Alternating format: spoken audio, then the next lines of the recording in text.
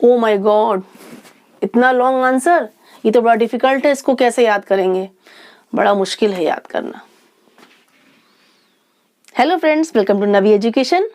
अगर आपकी भी यही प्रॉब्लम है कि आप लॉन्ग आंसर्स को देख के एकदम घबरा जाते हैं, याद करने की हिम्मत नहीं होती है या फिर याद करने में डिफिकल्टी होती है, तो मेरी आज की ये वीडियो जरूर देखें, क्योंकि ये वीडियो बहुत ट्रिकी है और इसको देखकर आप अपने किसी भी सब्जेक्ट के लॉन्ग आंसर्स फटाफट याद कर लेंगे।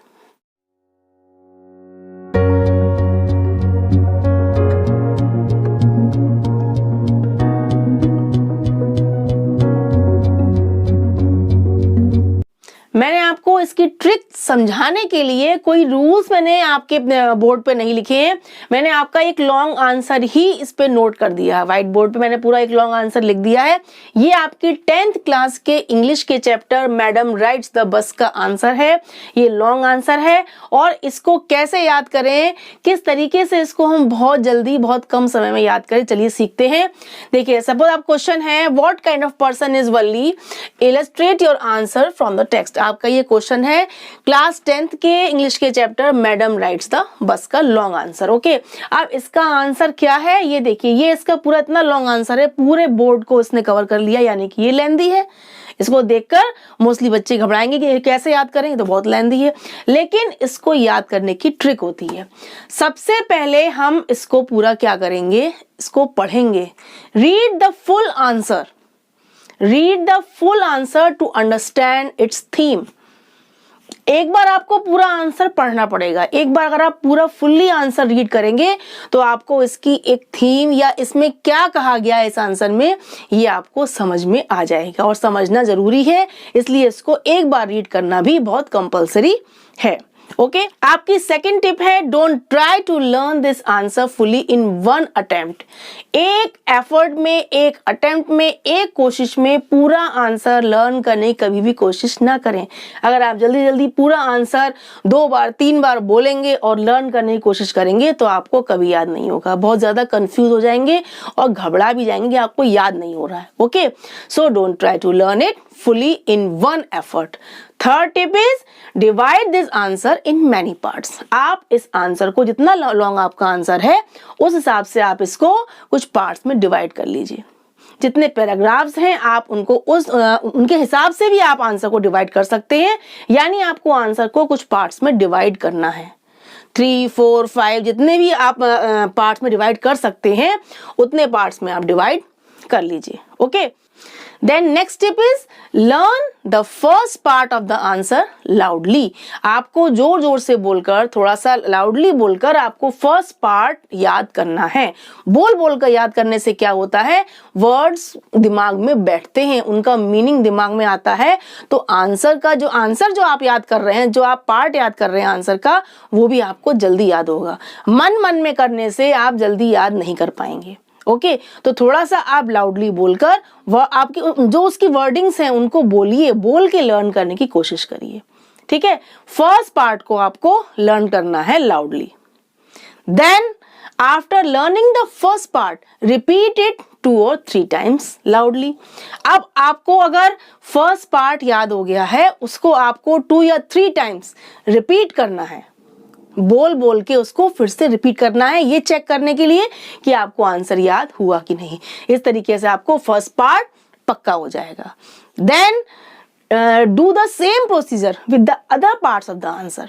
ऐसे ही आप दूसरे पार्ट्स के साथ भी सेम प्रोसीजर आप यूज करेंगे। यानी हर पार्ट को ऐसे ही सिंगल लर्न करेंगे लाउडली, बोल बोलकर हर पार्ट को सेपरेटली लर्न करेंगे। जब आपको सारे पार्ट्स, जितने भी आपने उसको डिवाइड किया उतने पार्ट आपको लर्न हो जाएंगे अच्छे से, देन आप क्या करेंगे, after learning the all parts of this answer revise it fully in the end. All parts in the end, यानी एंड में आपको फिर सारे पार्ट्स को मिलाकर एक साथ पूरा आंसर रिवाइज करने की कोशिश करना है। किस लिए, ये चेक करने के लिए कि कौन सा पार्ट आपका वीक है, किसमें आप हल्का हल्का भूल रहे हैं।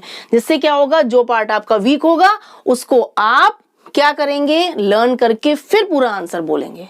इस प्रोसेस को आप 2, 3, 4 टाइम्स रिवाइज करेंगे, आपका आंसर फुल्ली परफेक्टली लर्न हो जाएगा। इसमें एक बात का और ध्यान रखना है कि आप कोई भी जब आप आंसर के पार्ट्स याद कर रहे हैं, जो वर्ड्स आपको डिफिकल्ट लग रहे हैं या जिनका आपको मीनिंग या सेंस समझ में नहीं आ रहा है, ठीक है, तो आप क्या करेंगे, उस वर्ड को अंडरलाइन कर लेंगे याद करते समय, और उस वर्ड का मीनिंग डिक्शनरी में देखकर आप क्या करेंगे, उसका मीनिंग हिंदी में उस वर्ड के ऊपर पेंसिल से लिख लेंगे। जितने भी डिफिकल्ट वर्ड्स आपको लर्न करते में आते जाएंगे, उनको अंडरलाइन करके उनके मीनिंग्स को आप हिंदी में लिख लेंगे। फिर अब आप जब आंसर को लर्न करेंगे तो वो हिंदी का मीनिंग आपको दिख जाएगा, जिससे आपको वो आंसर भी बहुत ही पक्के तौर पर लर्न हो जाएगा। यदि आपने इस प्रोसेस से आपने लॉन्ग आंसर, कोई भी लॉन्ग आंसर हो, चाहे वो साइंस हो, चाहे एसएसटी हो, चाहे इंग्लिश हो, चाहे हिंदी हो, कोई भी सब्जेक्ट हो, इस प्रोसीजर से आप याद करेंगे, फिर देखिएगा आपको आंसर, लॉन्ग आंसर जो आपके हैं वो आपको चुटकियों में याद हो जाएंगे और आपको एग्जाम टाइम में केवल 1 या 2 बार रिवाइज करना होगा। जब आप बोल बोल के आंसर को याद करेंगे तो वो आंसर और अच्छे से लर्न होता है और परफेक्टली लर्न होता है, उसके वर्ड दिमाग में बैठ जाते हैं। इसलिए आप लॉन्ग आंसर्स को तो लाउडली ही लर्न करिए, बोल बोल के याद करिए, रिवाइज करिए। पहले आप सेपरेट पार्ट्स को लर्न करिए, देन फुल सारे पार्ट्स को एक साथ बोलने की कोशिश करिए, 1 बार, 2 बार, 3 बार, 4 बार। जिस टाइम आपको लगे कि पूरा अच्छे से याद हो गया, यानी कि आपका आंसर लर्न हो गया।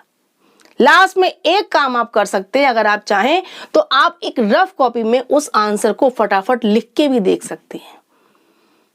ये क्या हो जाएगा, ये आपका पक्के तौर पर लर्निंग हो जाएगी कि आपने याद भी किया, लिख के भी देख लिया, यानी आपकी प्रिपरेशन एग्जाम के लिए पूरी हो गई।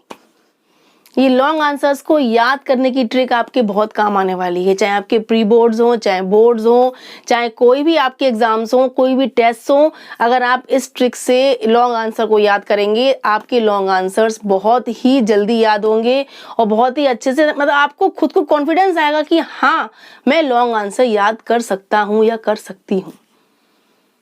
सो please share this video to your friends, ताकि आपके और फ्रेंड्स भी, आपके क्लासमेट्स भी अपने सिलेबस के लॉन्ग आंसर्स को याद करने में घबराएं नहीं।